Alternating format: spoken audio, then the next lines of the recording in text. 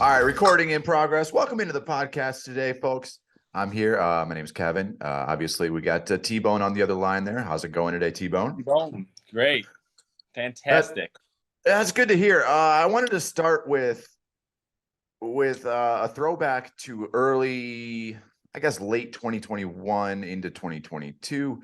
The Bulls were in first place, and we were over the moon. I think we need to restart that engine. We need to get that emotion going again because it's about to hit us like a brick wall. The Bulls win last night over the Nets by 40, 44, I believe it was. Zach LaVine dropped 32. Pat Beverly, was that his first game in the lineup? His first game in the lineup. First game back as a Chicago Bull. And we're off and running. Hey, the proof's in the pudding. I mean, we've got a 50-point victory under our belts now, 1-0 with Pat Bev. But that time, 2021, you alluded to, that was the best time as a Bulls fan since as long as I can remember. I mean, they were rolling. They were first place in the East. We're talking finals, and it's been downhill since then. So this spark could be exactly what they've been looking for here, and I think that going down the stretch, it'll be interesting to see how they gel together and get this thing going. So, well, let me ask you this: what was the one thing that changed when they started to lose every single game last year? Every single game. Yeah, it was rough. I mean, Lonzo obviously going out was a big blow to the defense. That's it. And that was Lonzo the defense Ball was out. That was the defense that led to the offense that drove that team. You know, that was the identity that they had built, and him being out, that's the common denominator since then. So, well, we got a replacement in Pat Beverly, and maybe we got a good run going. Maybe we'll win a playoff series, maybe even more. Yeah, I'll be the first to admit I was not excited about Pat Bev being the signing that the Bulls got at the trade deadline. Right? Was anybody? There were some big names out there. There were some big possibilities, and following suit of the Bulls over the past 20 years, they failed to land a big name. Right?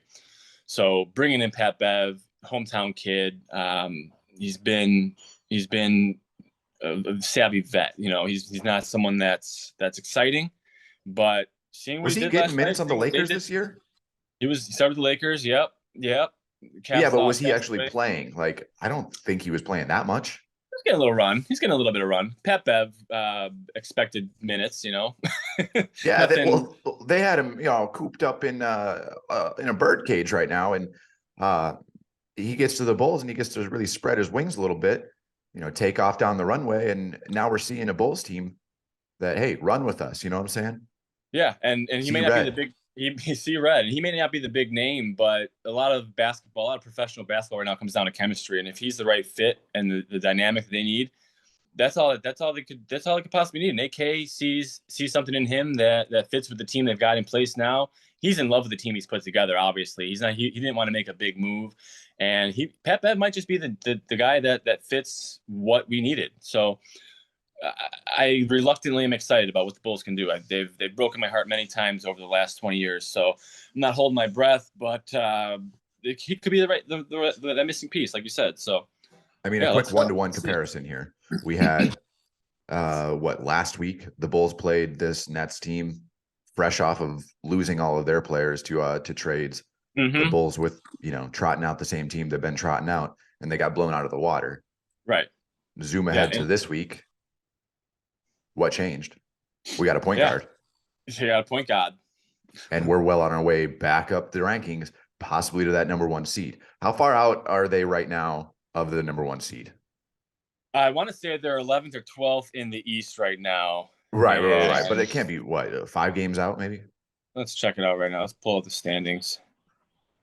I want to say they're 11, 12, maybe a game and a half out. So let's check it and get an exact number here. They are the 11th seed right now, and they are a game and a half out of 10.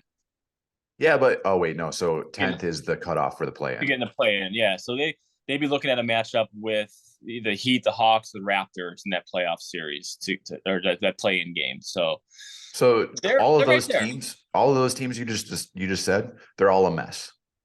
Yeah, the Heat got blown out by 40 last night to the Bucks. You know, the Bucks are the best team in the league, but he got killed. So any team is beatable right now. There's not a parity in the NBA. So the Bulls sneak in. Anything can happen in that one game. So let's go. Let's see red. Let's see red. How many games out of like sixth are they? Out of six, they are currently sitting at 5 games out of six. That's doable. You get into sixth, and then you really like that matchup against whoever it is, the Sixers. Who's in third place right now? It would be the Sixers at the 3 seed. The Knicks right now hold that 6 seed, and that's surprising to me. And the Nets, who they just beat by 50 last night, are the 5 seed, and they're 6 games chasing them. So, well, you got to figure the Nets are going to take some sort of downfall. I mean, as we kind of witnessed last night, and then selling off their entire team. But like you say, it is about chemistry, and maybe this young team is a return to form from before they got Kyrie and Durant, where they were actually. The thing that worries back then, so who knows? Right. The thing that worries me is that it might be too little, too late at this point. There's 20 games left, and they're chasing 6. So for them to make a push, they've got to win realistically 15 out of those 20 games. Right. I guess it comes down to the schedule. You do have both LA teams on the schedule. I do know that. Clippers, they're Pat Bev is going to be hungry. Get a little revenge on his old boys over there at the Clippers. And then you got the Lakers the next night. Pat Bev is going to be, he's going to be rearing to go, get a little revenge on his boys over there at the Lakers. Yeah. Lakers made a lot of moves, though, and LeBron constructed pretty much a brand new team to make a push. They're 13th in the West right now, and LeBron's not going to want to not play at least in the playoff, in the playing game. So he's sitting at about a game and a half out of that 10 seed. The Bulls are sitting around the same spot in the East. So 2 teams, looking to make some noise down the stretch to get into the playoffs. And you can't count LeBron out. You can't count his team that he's put together out now. So no, they got a lot of young guys, which is surprising. I mean, they went from the geriatric Lakers to this squad right now that, balling. Who knows? This is the most important games of LeBron's career, according to him. Yeah. So it'll be interesting to see. It'll be interesting to see who comes out on top here out of both leagues. I mean, there's a lot of parity in the league and a lot of teams that are pretty equally matched and fairly close to getting into the playoffs. So it's all about getting in and then making some noise once you get in. So speaking of a team that's from California, just up the 5 there up in Sacramento, they played the Clippers last night. The Kings are still on a roll. They beat the Clippers in double overtime, 177 to 176. Very high scoring game. I have it recorded. I'm very excited to watch it. Yeah, it was up there in numbers. I got a text this morning about it, and I couldn't believe that was the final score. But that Sacramento team was a team that started off hot this year, and a lot of people watching the game were like, "Well, they'll fall off eventually," but they're right there. It's the most important time of the year. So De'Aaron Fox is one of my favorite point guards to watch. Sabonis is one of the most consistent power forwards, and they've got some pieces around them that they all complement each other well. And the NBA is better when Sacramento's got a good team going. So it's not something that we get to say very often, but they do have a good team going. That's the thing. They're still playing up there. Has any trade been as mutually beneficial as the Buddy Hield, Sabonis? Who else was in that trade? I think that definitely benefited both teams. Yeah, Sabonis going to Sacto and Buddy Hield going to Indiana. I think that definitely benefited both teams. Got each squad what they needed, and Indiana I don't think Indiana's even in the playoff run right now. No, I think they're right below the Bulls. They're right below the Bulls. Yeah, they're a game and a half behind Chicago. So maybe Sacramento won it slightly at this point. But Indiana's a nice little core too, Halliburton and him I mean, Indiana, I think that they were in a position where they needed to kind of sell off some pieces, and they got some good pieces to build around now. So I think their future is, as bright as Indiana's could be. Indiana's never really a team that they're going to blow you away with their prospects, but they're not looking too bad. All right, so that takes us through the NBA, keeping it on the the hardwood, Yeah. the hard court.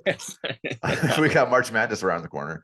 It is February 25th at this point, so we're about 4 days away from March. We got conference tournaments that are about to fire up. Who do you like? Who do you not like?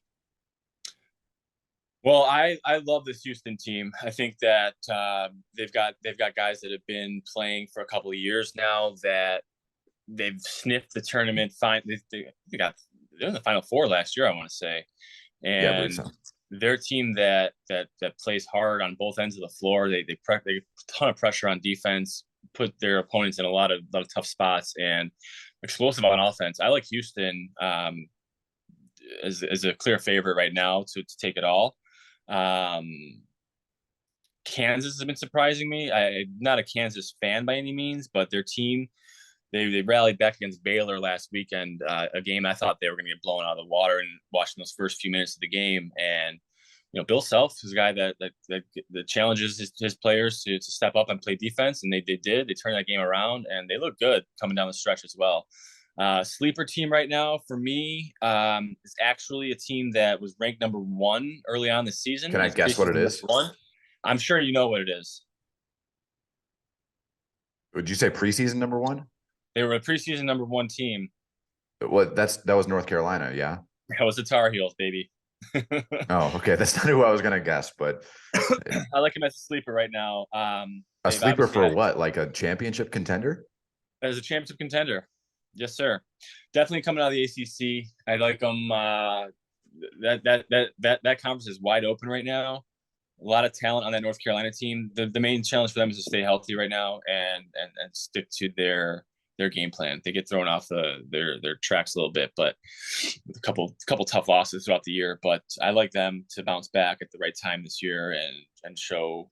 I like Caleb Love to show NBA scouts that he made the right decision to stick around for another year, because he could have been a top 10 pick last season, but I like him to really take over that team down the stretch here. I gotta take. There's gonna be 3 Texas teams in the Elite Eight. barring any scheduling. You like Houston, Baylor, and I don't like Baylor. You like Baylor? No. Who you got? I don't like Baylor because I don't know Baylor. I like TCU. I like Texas. I like Houston. I think TCU is a scrappy team. They're a tough nosed team. They lost. Was that to Kansas? I think 2 nights ago. But they played them tough. I think that they have what it takes to make some noise in the tournament. I don't think they're going to win it, but they've got to avenge the football team right now. They came up short of expectations, and if I know anything about college sports, it's that the basketball teams and football teams, they stick together. They stick together. We got to get each other's back. So TCU coming up short in the football. I think that the basketball team's got some skill and some ability to make a run. I agree with that. I like Baylor coming out of Texas though as well. So could there be 4? All Texas Final Four? Has that ever happened before? I would venture to say no. No, I doubt it. But obviously, it's going to depend on how they get seeded and how they get which regions they go into. But if that's a possibility, that'd be an exciting run for Texas. But yeah, I like TCU. It's a good call. Who was your third one? Texas. Oh, and Texas. Okay. Yeah, I just think they have a lot of talent. They lost their coach earlier this year, obviously. But yeah, I think that didn't he get cleared of all those charges too? Yeah. So does he get reinstated? Oh, he was fired. Does he get his spot back now? Hey, I was fired for for nothing. Let me get my job back. No, it doesn't work that way. I don't think it does. I wish it did, but I did read an article on The Athletic yesterday that was like, oh yeah, I mean, Chris Beard is probably going to be rehired as soon as, it could be as soon as Ole Miss. They just fired their coach. Maybe they'll bring him in. And the comment section was not very happy with that suggestion. So, well, he's a good coach. He's got, he's obviously led teams down to the promised land. He can get it done there. There's off the court things that are going to get in the way there, unfortunately. But yeah, it seems to be a much ado about nothing situation. Yeah, I'm not going to comment on the situation because I don't know anything about it. So I'm just, separate the art from the artist. That's what I would say. Exactly. Up next, we have Bears in the news. Chicago Bears. They're our boys. Bear down. Let's go. We got a lot of stuff to talk about with the Bears, starting with your friend, Porked Jim Miller. He's my buddy. It's the guy. Pope Pimpin' Jim is what we call him. I don't know why I loved watching Jim Miller so much. He was just like a better version of Shane Matthews. I think it was because I hated watching Shane Matthews so much.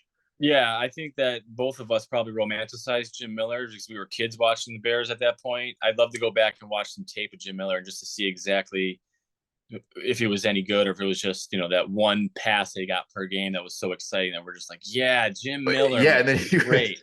He would scramble like for 6 yards. And it's like, oh my God, we got a running quarterback. Yeah. I didn't know we could do that. Yeah. Who was his main target? I want to say it was Booker. Booker? No, was it Booker? Then you had before Booker. Ingram. Wait, are you thinking of Curtis Conway? Was he? I know. Kramer and Conway. That was the big connection. Conway, yeah, Kramer to Conway. So I think Miller was in between. And you had Bobby Ingram in there. Booker and Conway. But I'm trying to think who it was. Was it Berrien? Bernard Berrien? That was Rex's guy? No, he was later. He was Rex's guy. Yeah. And then Berrien came back. He went to the Vikings for a few years, and then he came back for 1 year. Yeah. I stumbled upon his Pro Football Focus, Pro Football Reference page at one point, and I was just reading through that. Weird career for Bernard Berrien. Was he any good? I mean, he was just a guy. Yeah, he was a Deshaun Jackson, poor man's Deshaun Jackson, probably. If I'm going to give a comp, he was kind of just one of those guys that ran fast routes and caught deep passes, but didn't necessarily put up a ton of numbers. He's a poor man's Devin Hester in the receiver game. Who? As a receiver, Devin Hester as a receiver, Bernard Berrien. I mean, yeah, Devin Hester didn't get a whole lot of run as a receiver, unfortunately. I love. He got a lot of run. Didn't do great, but productivity-wise, not necessarily. Which if we're gonna talk about Devin Hester, we got to talk about the snub. I mean, the snub heard around the world. The Hall of Fame came and went, and for Devin Hester not to be a first ballot Hall of Famer, I feel like it's a crime against football. It raises the question: what's the point of the Hall of Fame? What are we doing here? Is it not to put in like the best players at what they do? Yeah, he's the greatest of all time to do it at his position. How does that not warrant a trip to Canton? I gotta have answers here. What's the criteria? Get Goodell on the horn. Can we I'm gonna write him a sternly worded email. That's a good idea. Yeah, a sternly worded email goes a long way for Goodell. I've noticed over the years. Yeah, well, he actually does write back. That's a little known fact about him. If you email him, he writes back. Yeah. He'll give you the time of day. So you got to appreciate that. He's a stand-up man. NFL fans deserve to know, why is Hester not in the Hall of Fame? Yeah. Well, I think it might be Goodell keeping him out, stonewalling him. Ooh. He doesn't like University of Miami. There's a take. Just something to think about. Find out. So you want to talk Bears in the news? Bears in the news. Sam Hurd released from prison. Was he really? Yeah. Holy shit. How long has that been? Like 10 years since that happened? Yeah, so I went to a Bears game. It was my first Bears game. It was the game that Johnny Knox, another Bears receiver callback. Johnny Knox got bent backwards in half. I was at that game. And it was, I want to say that week, Sam Hurd had gotten arrested. And this dude in my section had a free Sam Hurd sign. And I'm like, come on, man, he's selling drugs. You can't, be free that guy. I should say lock him up. It's not a social justice situation here. He was running thousands of pounds, I want to say, hundreds of pounds of coke. Like, come on, man. Yeah, well, it's a sound investment. I mean, it holds its value really well. Supply and demand in that industry is going nowhere. That's definitely a thriving industry. So good on him for getting into it, businessman, entrepreneur. But yeah, hey, you're not that. Get caught, you pay the price. But yeah. What's he going to do? Stuff his money in his mattress? No, he went out and did something with it. Made an investment. Didn't pan out, but did not pan out. Didn't work out. So I don't fault the guy for trying. I'm interested to see what he does when he is out now. if he's going to go back to that life or if he's turned it around, and what his endeavors are going to be out on the outside. Yeah, I mean, the Bears could use like Sam a nice Birdwatch special teamer. 2023. He was a solid gunner off the edge on the punt team. So maybe a return to the Bears. Why not? I'm all for it. Fields needs weapons. He needs a guy like that, savvy. Yeah, somebody strong hands. Street cred. Street cred. I feel like Fields is kind of a square. Like he's not. Oh yeah, for sure. Like he wants to be cool. And I think in some circles he is cool. But I don't think he's that cool. Like he seems very robotic as a person. He's not like loose and like, hey, I'm Justin Fields. Yeah. Hey, kids. Hey. I think it'll come with time. I think he's got to get adjusted to NFL life, and his personality, I think, will come to show the more years he plays in the league and the more success that he has. He's a guy that wants to win. He's obviously depressed at what the Bears have put around him. You see him on the sideline, just disappointed at what the Bears have been doing as a team, as an organization. So I think if Poles puts some weapons around him and he gets it going and the Bears win some games, we'll see his personality sort of shine through, flourish a little bit. You know what? Yeah. As we're talking about this, and maybe I was being a little facetious, but he's plenty cool, but he's also kind of a nerd. But I would rather have somebody that's just like, you know what? My team sucks right now.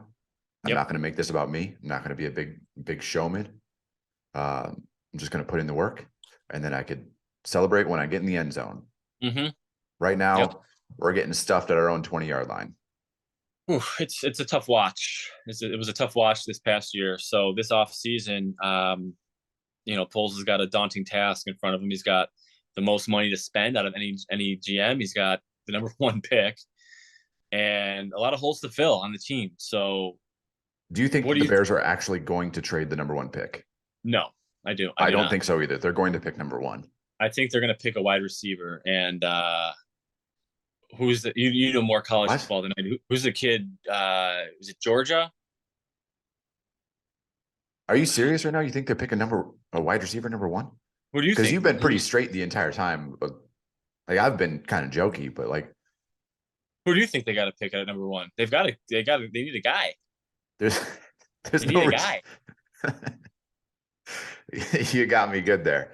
That said, okay, I don't think that they pick a wide receiver. I do think that they don't trade backup. I don't think that they trade the number 1 pick. I think that everyone knows that they need to, and that they're not going to take a quarterback. I think that unless something crazy happens where like the Raiders are like, hey, we missed on Aaron Rodgers. We need something. Jared Stidham's not taking us to the promised land. Let's go up and get our guy at number 1. That's something that is right in the Davis wheelhouse. Where are they picking at? Do they have a 1st-round pick? I have no idea what the Raiders have in their. I would guess 9. Yeah, if they haven't. They didn't trade any of those picks, did they? For who? Oh, Devontae Adams. Yeah, the Adams trade. Anything. Yeah, did they trade a 1st-round pick for him? I don't know if they traded for him. We'll patch in the correct information. We'll overdub it. Yeah. So what do you want to see? What is your ideal situation for Poles to draft at 1 if they're keeping the pick? If they keep the pick, okay, so I think that defenses do need to be built from the inside out. I don't think that if you throw a pass rusher like Will Anderson on this line, I don't think that he's necessarily going to produce, because unless they get a solid defensive line around him, such as like a strong defensive tackle, which who's that guy from San Diego? Not San Diego, from the Chargers that they signed this year. Is it D tackle? I don't know. Something. Chris Jones. I don't know. That sounds right. Anyway, my point being, he's fine. He's fine. He's a rotational piece. He's Stephen Paya. He's a Henry Melton. He'll soak up some tackles in the middle, but he's not like a game record defensive tackle. Like like a guy from the Eagles. Who's that number 55? Brandon. Are you following me here? Am I breaking Not up? really.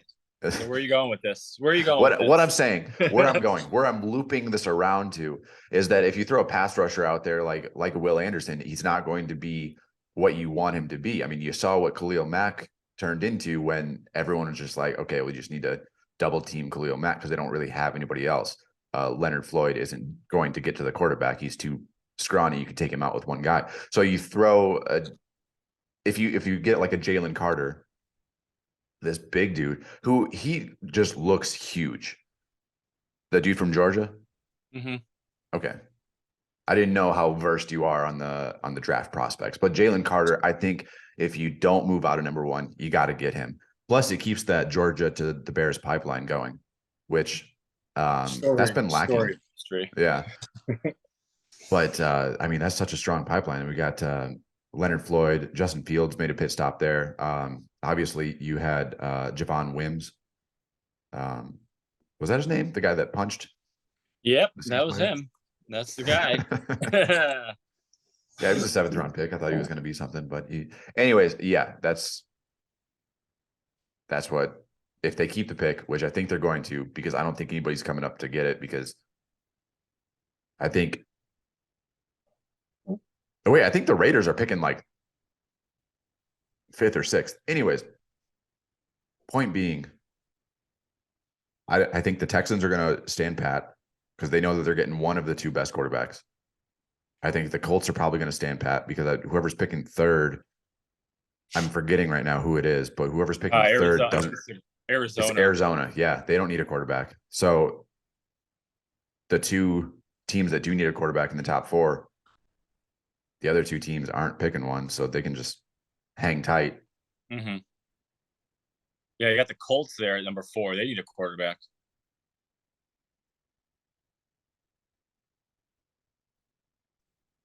Yeah, they do. Sam Ellinger is not taking them to the promised land. But how about this? The Colts offer. How about the Bears offer the number 1 pick for why am I blanking on his name? He's number 56, Quentin Nelson, DeForest Buckner, this year and next year's 1st-round picks. I'd be interested in that. I'd be interested in that as well. You know, I don't know that the Colts necessarily would do that, but I'd be intrigued. Okay, what if you take out like Quentin Nelson? If I'm Poles, I'm definitely picking up the phone on that call. What if instead of Quentin Nelson, it was Micah Pittman, their wide receiver? I think it's less intriguing, but you're still getting 1st-round. Yeah, you're still getting those 1st-rounders, and you're still filling a hole that the Bears need to fill. So obviously, the offensive line needs work. The receiving core needs work. The defense needs a ton of work. So you're filling a couple holes there, getting some draft capital. Yeah, I mean, I guess that it comes down to then what is more important to the Bears right now? Is it filling those holes immediately, or is it continuing to build draft capital? Is Poles making his move this year? It feels like this is the year he needs to make his move, right? Oh yeah, no, he's been punting on every single. Like it's not going to be another. It's not going to be another rebuilding season. It's got to be right now. Is this time to make the move and build I would feel like a contender this year, right? Yeah, I would say so. Because this was the rebuilding year. He sold off all of his pieces. We wanted to see if Fields was going to be the guy. I feel wholeheartedly that he proved that he is the guy. He is the future quarterback of this organization. With the things that he did on the field, he continues to do on the field, and I think those questions were answered. I think that he's got to pull the trigger this year, right, and make his move to build a team around Justin and build a team that contends for not only the divisional title, but see how far they can really go. I think as a true NFC contender this year. No. Yeah, I think if you're the Bears and the Colts, you find a way to get DeForest Buckner in that trade no matter what. I think that's a perfect fit for both teams. The Colts can shed a little salary. Their defense isn't, the Colts are farther away from going somewhere than the Bears are. Right. Right. So that would I think that makes sense for both. Let's copy Goodell in that email that we're drafting up and Yeah, I propose it, you think know. you could probably Ryan Polis seems like the kind of guy that you could probably find his cell phone number on the internet somewhere. Just Yeah, a quick just shoot him a Google quick. search, we should be able to find it. Yeah, I think just So shoot him a quick text, loop him into the text thread, and just send him a YouTube highlight video with like, the trap music in the background from like yep, extreme highlights of yeah, DeForest Buckner and be like, "Have you heard of this guy?" yeah. I'm sure he hasn't. You know, he hasn't done his homework. He's the kind of guy who's just sitting back waiting for phone calls to come in. So it's up to us right now at this point to make him aware of what's Yeah. available. Yeah. All right, let's go. All right, Email let's move drafted. on. From Bear of the Week, from Bears in the News to Beers of the Week. Do you actually have it right there? I didn't come prepared. I didn't actually bring mine. Oh yeah, I'm working with Noon Whistles, Ladybug Army Hazy Double IPA. For those who don't know, Noon Whistles, a little brewery out here in Lombard, Illinois. You guys want to sponsor us? Here's some free ads. This Put in the video is bank. brought to you by Ladybug Army Hazy Double IPA from Noon Whistle. Get yourself one today. Crack it. My Noon Whistle glass. If it wasn't 10 o'clock in the morning or whatever time it is, 11 o'clock in the morning. Oh, it's got I believe it. Yeah, 11. No, it's noon for you. It's noon for me. Noon Whistle. The Noon Whistle's blowing. Time to grab for a nice ice cold Noon Whistle. That's about the most serendipitous timing. Yeah, right. What are you going with? What are you rocking for beer of the week? My beer of the week is Montucky. Montucky. Actually, no, I sent you a picture of it. So it was Montucky, and then oh yeah, you switched it last I minute. got a ham sandwich last night and drinking these El Segundo Stone Cold Steve Austin American lagers. Oh, the Broken Skull. Cue the broken glass and the theme music. Oh yeah. I wasn't allowed to watch wrestling as a kid. I remember that now. Man, you missed out. Those were heady days. I feel like I made up for lost time last night. Okay, good. What you been listening to, Terry? Wow. I've been busy on that front. Got about, what did I say, 140 some albums listened to in 2023 so far. The goal was to get to every single album that came out this year. I want to say I'm pretty close to that total. Right now for February albums of the month, I love the new Gorillaz album. Came out yesterday. I threw that on yesterday, and that one's very good.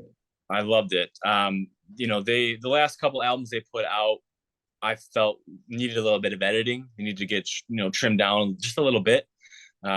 This one's coming in around 37, 38 minutes. Nice and succinct. First album they've been under 45 minutes since Demon Days, which was classic Gorillaz album. This one though, I feel like it's got everything in that short amount of time. Features from you got Stevie Nicks, you got Tame Impala, you've got Bad Bunny, Thundercat. Yeah, what's that? Thundercat's on the opener.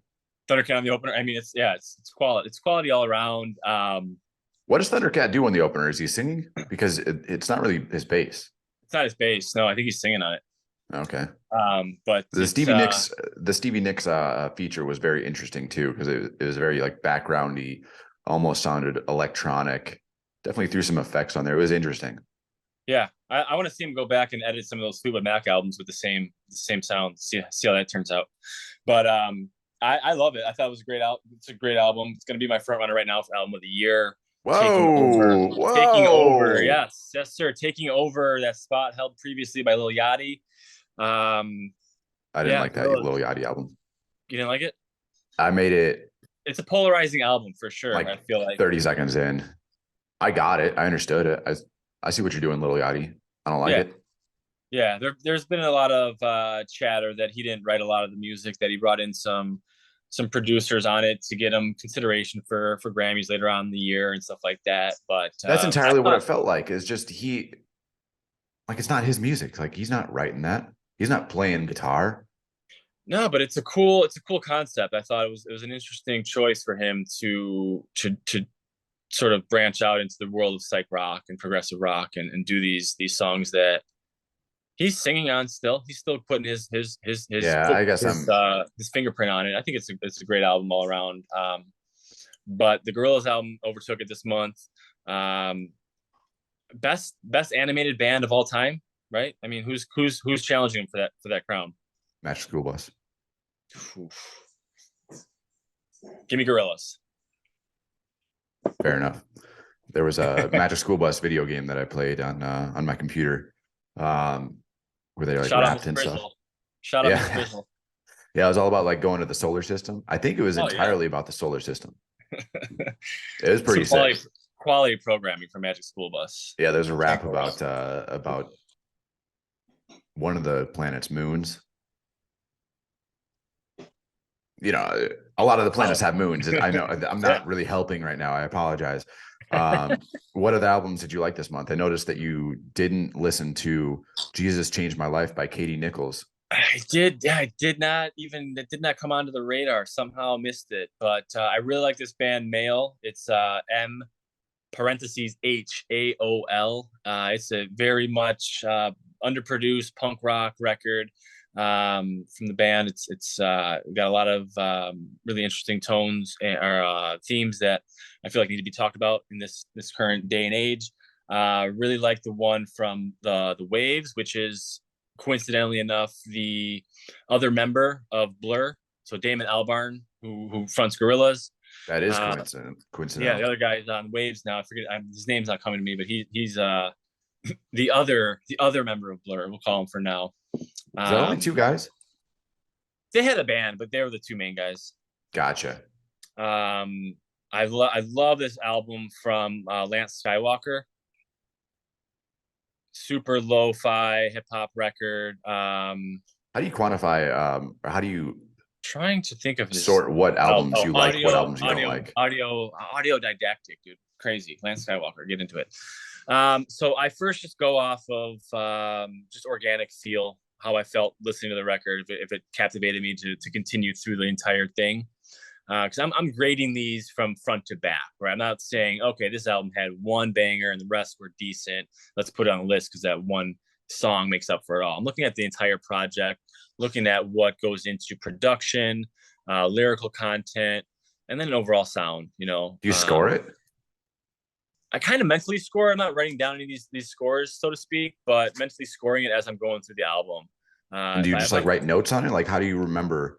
Yeah, if I'm skipping was good. tracks, yeah, I'll keep my notes section open on my phone, take some notes, and then go revisit those after the listen and kind of score it based off of were songs skipped. Was the album a collective piece of work from front to back? Am I going to go back and listen to this again? If I go back and listen to it again and again and again, obviously that's going to be, front runner for album of the month. If I listen to it once and I'm not, compelled to revisit it again, it's not necessarily going to make the cut. So the one I mentioned so far, I've listened to a few times already. The Gorillaz album I've had on repeat. The Wave album I've had on repeat. One that got recommended to me from a friend was Hell Ripper, Warlocks, Grim, and Withered Hags. It's a sort of fantasy prog rock record. Really interesting stuff there. The Caroline Polachek, I want to make sure I'm pronouncing that correctly. I've heard I want to send it to you. Yeah, she was what band woman singer? Yeah, she was. I can't remember the name of her band. The Chair, what's her name? I can't remember the name of her band, but like an indie rock band from a couple years ago. She's got a solo album that's out. That's pretty decent. I love this one from Acid Arab called Toi. It's a French Algerian collective, sort of doing a electronic rave music. It's interesting. Okay. Who else did I have on that list? I had a couple jazz albums I got into: James Brandon Lewis, Ben Wolf, Joe Chambers. What do you think of New Paramore? The jazz section. So New Paramore I liked overall. I think it'll fall somewhere in the latter part of the top 12 of the month. they're not one of those bands that went away for a bit and came back and tried to like recapture that same sound that they had when they were popular. They've definitely evolved. They've definitely evolved and definitely got a new sound that is quality. I think it's a quality album overall.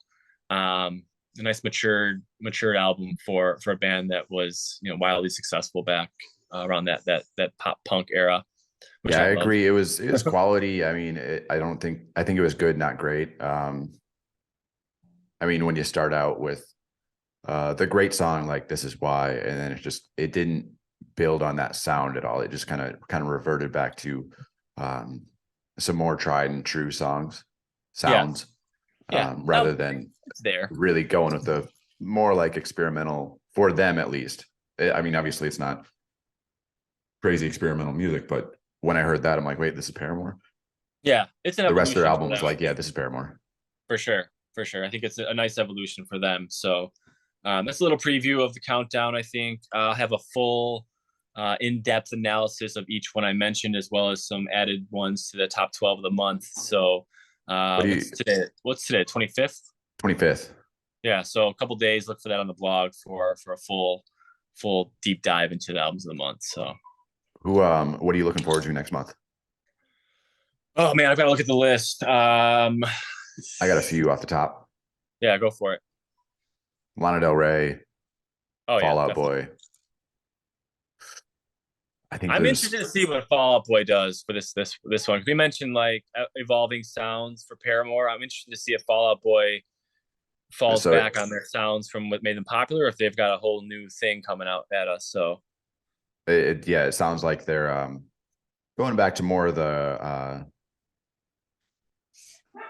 songs with actual instruments, as opposed to the electronic stuff that they came out with on their last album, Mania. I'm a huge Fall Out Boy fan. Love their stuff.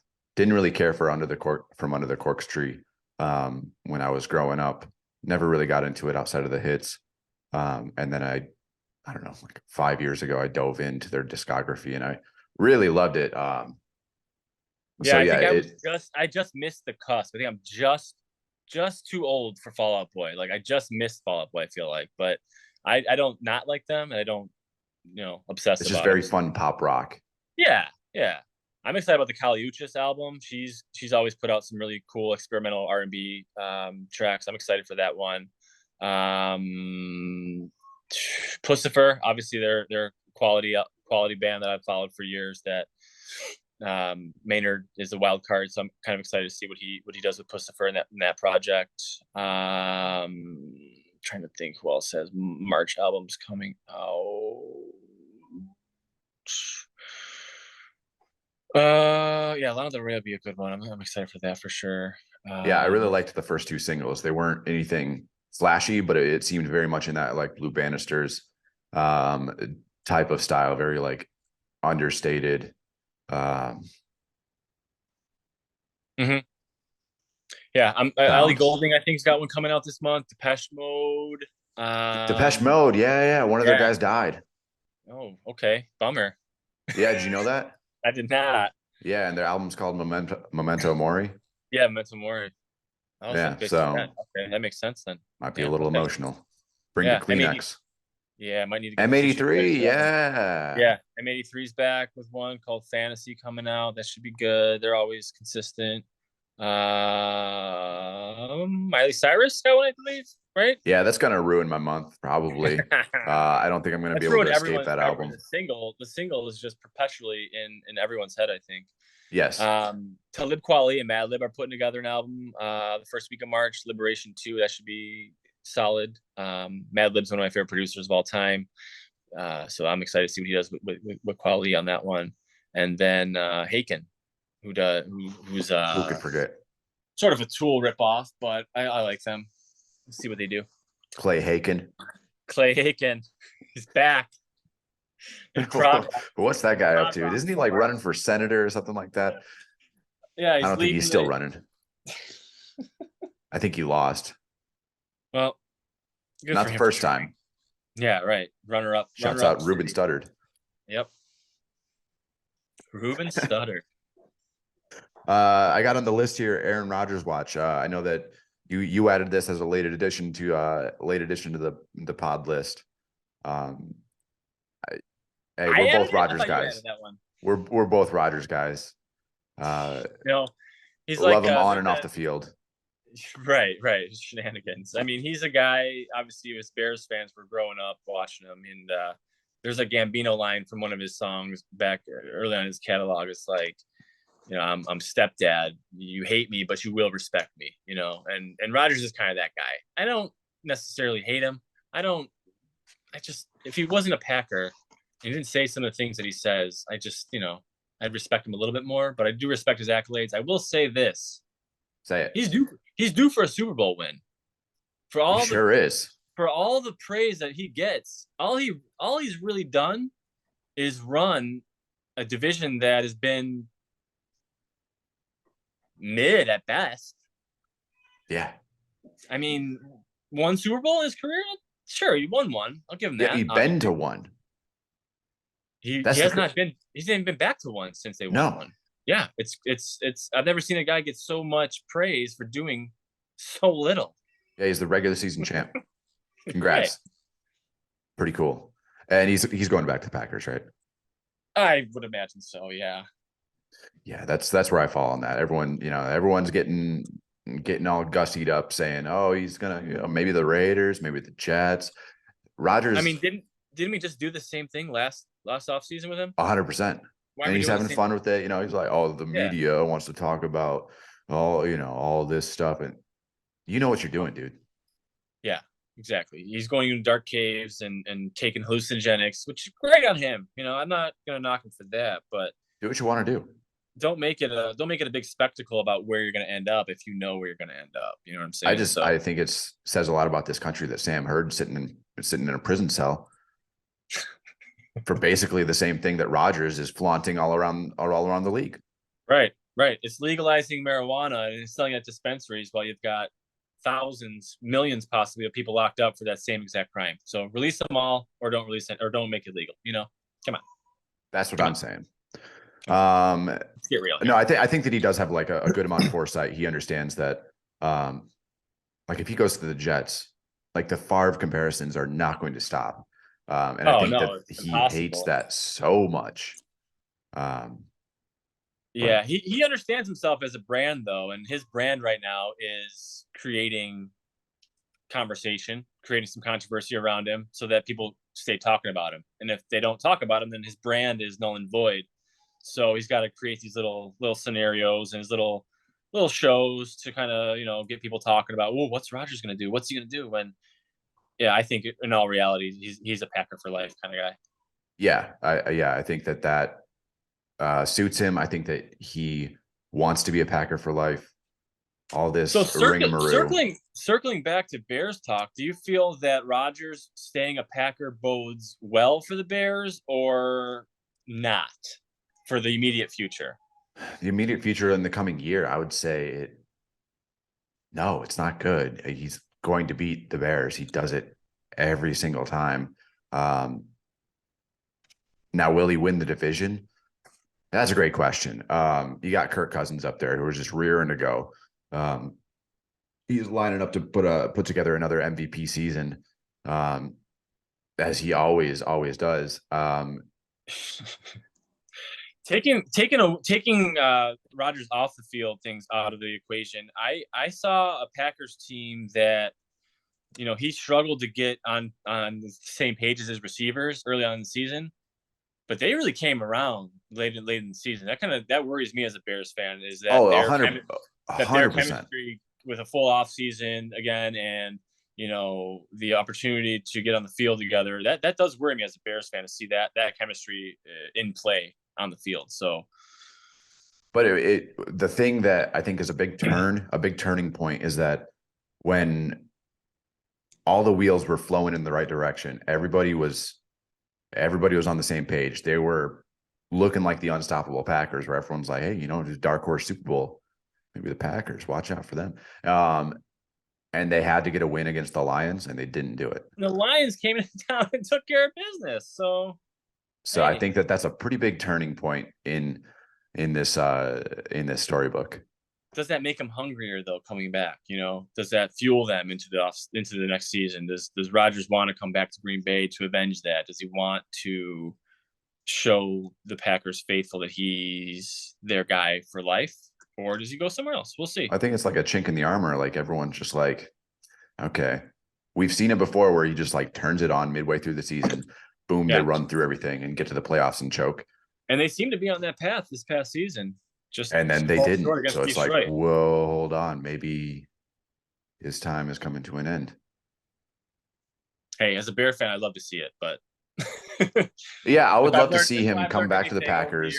You can't count him out. So yeah, we'll see. But if he comes back to the Packers and like he sucks for a full year and then, he retires, that'd be pretty cool. That'd be a pretty cool way to end it. Yeah. For us. Yeah. That'd be great for us. But yeah, I guess time will tell and see as this story unfolds over the next couple of weeks. And he'll prolong it probably as long as he possibly can. Because like I said, he's got that brand to sort of uphold, and he's making his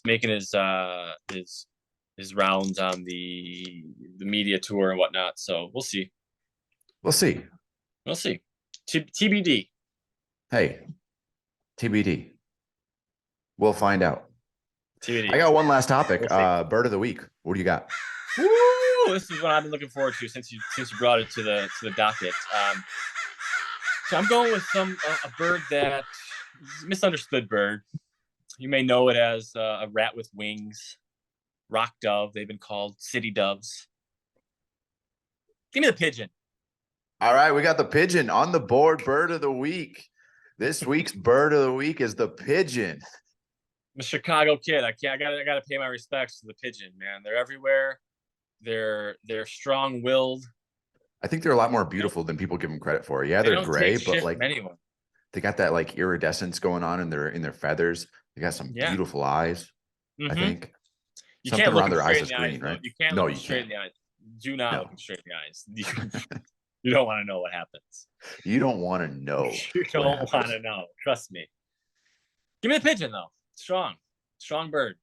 Do you have any fun facts about the pigeon that you would like to share? I pulled a few earlier. Let me just pull them off here real fast. I'm just don't Google fun facts about pigeons. No. You got to come prepared to bird of the week. Man, where is it here? No, I don't have any facts. No fun facts. Okay. So pretty weak showing for the rock dove, the pigeon, as the first bird of the week of the podcast. Are you still looking for fun facts? I had it and then I lost. Oh, here we go. Did you know that pigeon is a French word, actually? It's not really a fun fact about the bird. It's more about the bird's name. I would like to know a fun fact about the bird, please. Oof. Do you know that when they come out of the egg, they're fully grown? The pink neck green pigeon? Do you know if that exists? Sounds like a different species. Pink necked green pigeon. It is a pigeon. It is not the pigeon that I'm speaking of, obviously, the city pigeon, but yeah, it's really pigeon. It's crazy. I got to send you a picture of it. Yeah, we'll overdub that. Yeah. Throw it over the top. All right, who you got? Who's your bird of the week? So I got a kind of a surprise pick, and I don't mean to toot my own horn here. For most of the week, it was going to be the Big Bear Eagle. I've been keeping an eye on that eagle up there and Big Bear up in its nest. I saw that video you were sharing. It's pretty crazy. Yeah, it's sitting there. It's staying warm. Looks freezing cold up there right now. A lot of snow, a lot of wind blowing around. But the eagle's doing his job. But we had a late surge up the rankings last night, and I'm giving the bird of the week to the songbird of our generation, myself, for my karaoke performance last night. Are you out of your goddamn mind? We had a couple friends over. I did, we buzzed out the karaoke. I did Rick James, Give It To Me Baby, and it got the people going. Coming home intoxicated, said just wanna love you. Guess that's why I'm so elated. Come on. James gets the party started. That is an undeniable fact. Nobody's ever told me that I'm a good singer before, and people were telling me I was a good singer last night. Telling you, man, Rick James So brings the best out of everyone. Don't let me get in my zone, but I might never stop singing. So my bird of the week goes to me. Surprise! I'm the bird of the week. Damn, surprise! Kev Schoenhoven off the board. I don't know. I might run it back. We might go to karaoke tonight. But if my voice seems a little raspy right now, it's because I was doing karaoke till 1 a.m. last night. No big deal. Just bringing the house down, whatever. Yeah. Leah went to bed and I was still doing karaoke. Just by yourself. Just by myself. I thought you were gonna go with Larry Bird, but that was a good pick. I like it. What has he done lately? You know what really bothered me? They had their NBA 75 celebration, I want to say last year. Yeah. At the All-Star game. And all of these legends came out, is every single one that you can think of. You had John Stockton out there, all the hits. You had Michael Jordan. He was the last one announced. Ever heard of him? He was Michael B. Jordan? Michael B. Jordan. Was he announcing everyone to come out? Knock it off. Larry Bird was too busy to fly out there. No. They just showed a video of him, waving. What? Hey, I'm Larry Bird. Phoned it in? He literally phoned it in. What are you doing, Larry Bird? That's so important. Wow. What does Larry Bird have going on? Nothing. Guaranteed nothing. Come on. That's an honor. That is the honor of all honors right now. Who's the guy that passed away, the number 6? Bill Russell? Bill Russell, yeah. He was there. That guy, number 6, come on. Show some respect. I'm not good with names. Respect on Bill Russell's name. I'm not good with names. I knew his number. Respect on Bill I'm Russell's good. Name. I'm good with numbers. That NBA 75 list, I gotta throw a name out here that I feel like should not be on the list. Is it Dwight Howard? He didn't make it. Oh, okay, that's good. Well, he shouldn't be on there. I would put him on in place of this guy who got on the list. Hold on. I'm gonna throw some stats out. You tell me who he is, okay? Okay.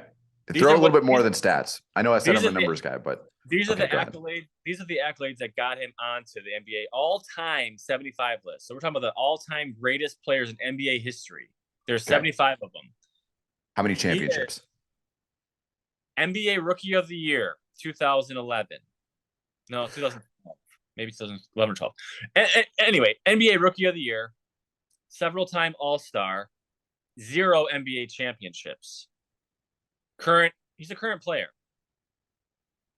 What conference?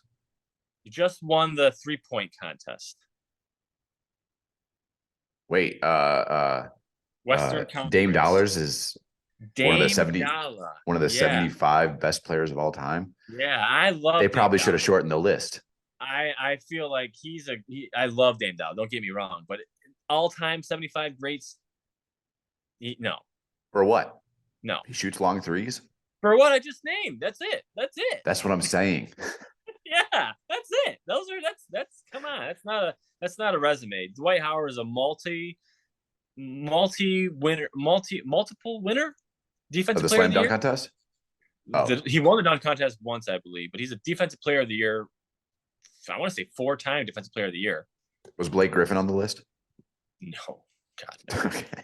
Oh God. Just I'm allowed to ask the questions.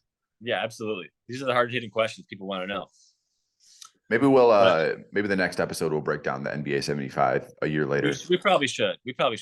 What would be a retrospective? That'll be a teaser to the next episode. NBA 75. Who belongs? Who doesn't? Yeah. Because they grandfathered everybody in from the last list, right? So they did the NBA 50 at 50, 25 years ago. So everybody on that list made it against the 75. And they threw in another 25 players, some present, some who played in between the last 25 years. So, do you think Larry Bird could play in today's NBA? I mean, he's a little old, but I love he's Walker. I love and hate the era to era comparisons because it's apples and oranges a lot of times. Yeah, it is, and you got to think it's not a linear No. You know, progression is not linear. It keeps moving forward, you know, so Right. you get the best shooters. I mean, you look at Dame Lillard. He's on there. He probably shouldn't be on there, but he is a result Of of today's game. He's a result of the Steph Curry revolution where everybody's just shooting as deep a threes as they can. Yep. Was James Harden on there? I feel like James Harden was on there. I think James Harden did make the list. Yeah. What has he done? It's more of a, I feel like that's more of a recency bias that got some of those guys on the list, you know. Right. They're like, oh, this guy's a pretty prolific scorer. Right now. Yeah. Let's throw him up there. Yeah. He gamed the system and figured out how to get the cheapest foul calls of all time. Yeah, he really has. I hate watching him play. He's one of my least favorite players to watch. He's not an entertaining person to watch. No. It's kind of like Floyd Mayweather. You know, technically it's good, right? He's doing the things that are within the rules to succeed. It's not entertaining, though. Is it entertaining? No, it's not at all. But and what are we watching sports for? Entertainment. Right. It's entertainment, which I found interesting that the NFL recently was designated as an entertainment company, so they can kind of do whatever they want in terms of outcomes of games and whatnot, alluding to that the whole. I'm sure you've seen the NFL's rigged conversations starting online, and the NBA is rigged. But being an entertainment industry versus being a sports industry, that's a big difference. That is a big difference. Yeah. I don't know the implications of that. I can't speak on that. We'll talk about it offline. I'll do some more research on that. T-Bone, you got any other topics you want to talk about? I think I do have Kev Supercross Corner on the list here, but I don't think I think we're running a little long. All right, my phone's about to die also. I didn't plug in, so. And Zoom's about to kick us off again, probably. Wow. Well, we've got about 3 episodes worth of content, I think. I'll break it up into three episodes. I'll release the Bulls one in a couple weeks, like how we started with the Bulls talk, and then we'll see how stupid it sounds. Okay. But hey, I'm looking forward to the 5th place Bulls making the playoffs. Hell yeah. I'm not looking forward to hearing myself online and seeing what I sound like. So I'm not going to listen to this. Yeah. So other people do. No one's going to listen to it. I'm probably just going to keep it on a loop with my volume muted, so that way it racks up our views. There you go. Just a little like the strategy. Pro tip for you. Yeah. Love it. All right, T-Bone. All right, let me know when it's done. I'm excited to see the sounds you put on it, the songs you got included. It's just going to be the boy. Just for everything. Yeah. All right, let's work on a title. Let's talk about basketball, boy. Members of Depeche Mode just died. Oh shit. Really went overboard there. Whoopsie. Whoops. Whoop. Anyways, all right. I'll talk to you later. Good stuff. Bye-bye.